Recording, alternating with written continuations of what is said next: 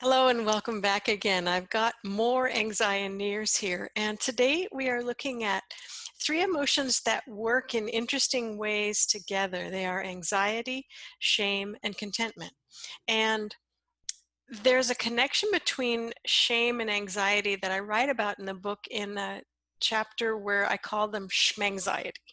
I also talk about content-anxiety later in the book. But what we're looking at is the connection between these three emotions. Anxiety is the emotion that helps you gather everything you need to get things done and arrive in the future with skills, with your tasks completed, with your deadlines met, right? Shame, on the other hand, helps you care about whether you're going to do it in a way that's valuable to yourself and others. Now, this is shame that you're working with in an appropriate way. This is shame that comes from um, internal, what would you call it? Rules and ideals that you would want to live up to. Whereas for a lot of people, shame comes from other places. It comes from people needing you to be perfect, and that's never going to work. Um, Contentment and shame are friends, and when you've done something and you feel proud of, and you've done something when you feel proud of yourself, that's contentment showing up. But for a lot of people with anxiety and shame, the contentment can't show up. So I brought together these Anxioneers. There is Francine Bélanger from Ontario, Canada, and Sherry Olander from Virginia, and Andrea Watkins from Colorado. And each of these people is a licensed DEI professional and members of the Anxioneers who got together with me as I was writing the book. And we had a great time and argued and cried and talked about anxiety and all the different emotions.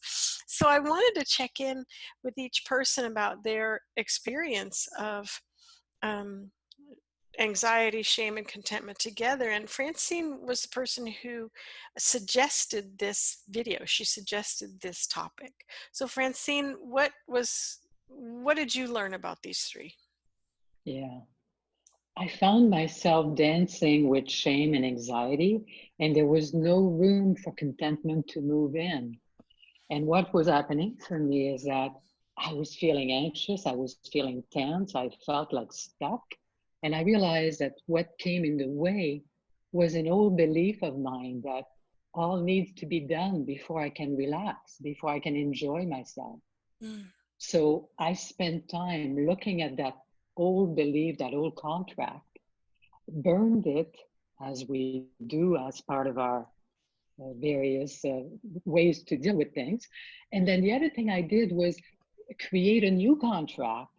And it was that I need to relax in order to be able to accomplish, to get things done. Mm. And so once I got that more ingrained into me, then contentment could move in.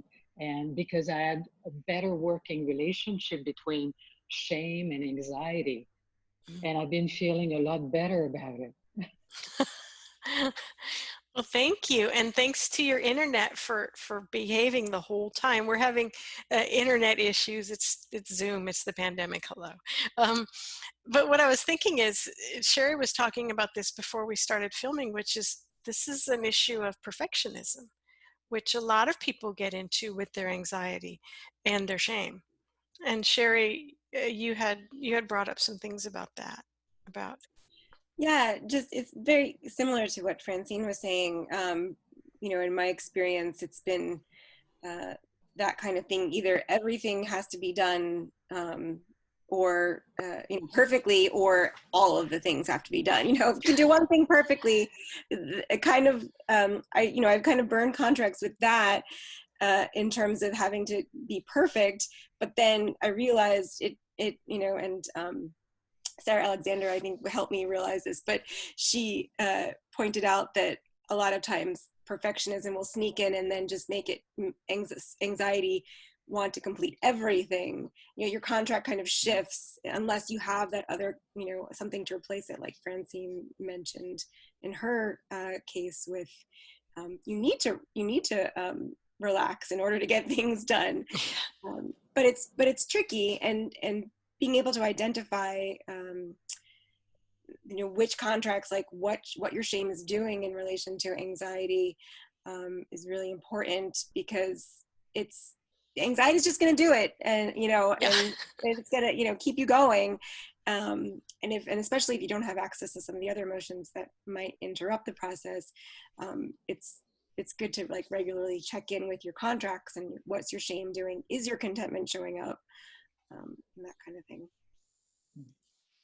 Yeah, I was thinking burning contracts is a process that we use in dynamic emotional integration, especially for shame, because there's a lot of ways that the ways that you work with your shame come from contracts you agreed to, sometimes unconsciously, like the contract, we all have to be perfect.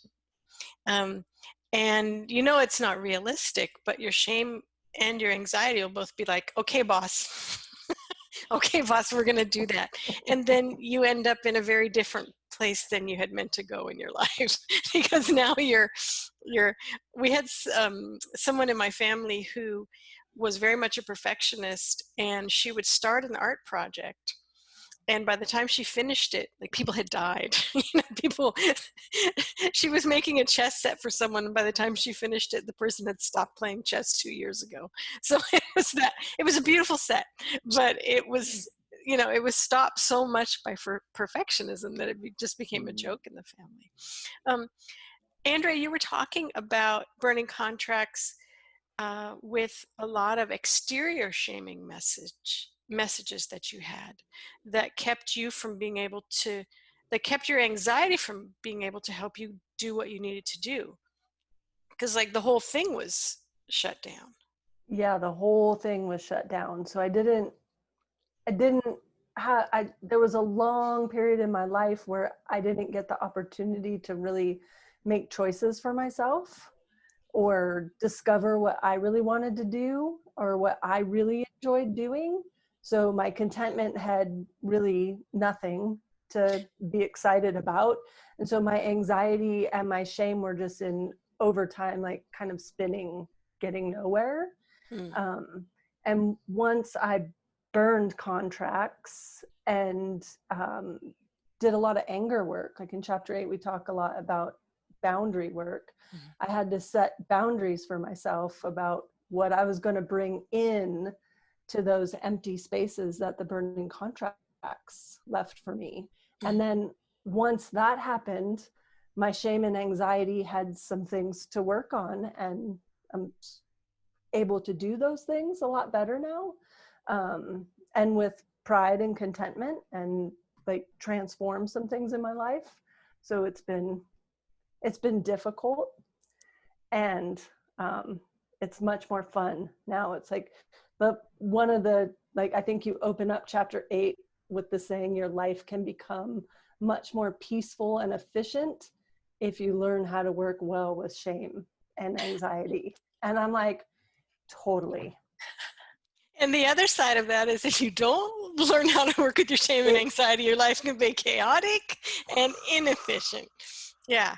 Crazy. And I would say that I have so much respect for you that one of the things that you are doing with your new focus is going back to school. Going back to school. Yeah. Yeah. Studying social work. Yeah. Getting a degree in social work. Yeah. It's so happy. They're so happy everywhere. So much contentment. So good. So good. Yeah. Yeah. These 3 emotions, I think a lot of people want to feel contentment all the time, right? They would prefer to feel good about themselves. But sometimes it's not time to feel good about yourself. It's time to get to work, or to work on something that didn't work before. But I think with so much shaming messages coming in at us, a lot of that not feeling good about ourselves is really a problem. Whereas if you were working with your own shame that you've agreed to, like, I want to be good to people, I want to get my stuff done, that's, I want to rest and relax every day instead of pushing, then you can live a more, what would be the word, fluid life. Rich. Yeah, it's more rich. Instead of just this rigid, get it done kind of schmanxiety world of of just being driven. And I think with burning contracts and working with these three emotions, you can become the driver of your own life, and your emotions can support you in doing that. Yay! Yeah, you use the word driven. I would use the word like proving all Yeah. the time. Yeah. Proving that I'm good enough, The, proving that I'm this, proving like blah, blah, blah. Yeah. and the other word that came up for me was being a warrior all the time. As you said, pushing, pushing, pushing. Yeah. Like being a warrior at war with yourself. Yes. In the world. Yeah. And yeah. So there's so many things that go on with our anxiety because its job is to help you get things done. But what are the underlying beliefs that you have about getting things done? That's a huge thing to ask. If you and your anxiety are just kind of miserable together, what else is going on? Why? Is there perfectionism? Were you shut down? Is there too much exterior shaming? And on and on and on. It becomes this kind of mobile, those art projects that hang from a string and everything moves like this. So it's like this this emotional mobile.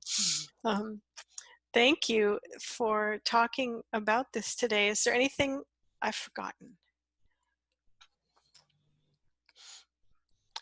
I think maybe you talk a lot about it in the beginning of chapter 8 with shame and anxiety, that it's painful.